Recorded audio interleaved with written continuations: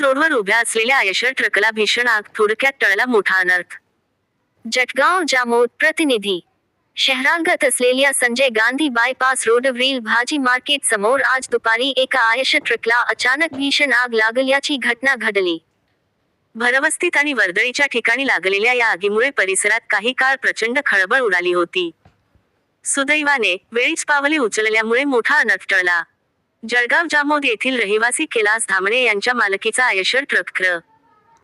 MH 28AB8588 दुरुस्तीच्या कामासाठी bypass रोडवरील एका गॅरेजजवळ उभा करण्यात आला होता. 29 मार्च रोजी दुपारी रात्रीचे 2:30 वाजेच्या सुमारास अचानक या वाहनाच्या कॅबिनने पेट घेतला. रणरणत्या उन्हामुळे आगीने काही क्षणातच रौद्ररूप धारण होते. आगीचा भडका उडताच परिसरात असलेल्या नागरिकांनी आग विझवण्यासाठी एकच धावपळ केली. घटनेचे गांभीर्य ओळखून नगरसेवक तथा सभापती सय्यद नफीस यांनी तातडीने अग्निशमन दलाला पाचारण केले. अग्निशमन दलाचे बंब वेळेत पोहोचल्याने आगीवर नियंत्रण मिळवण्यात यश आले. ट्रकमध्ये मोठ्या प्रमाणात रिकामे कॅरेट ठेवलेले होते.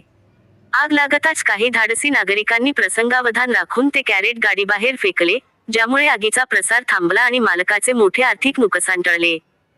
भरदुपारी लागलेल्या या आगीचे नेमके कारण अद्याप समजू शकलेले नाही.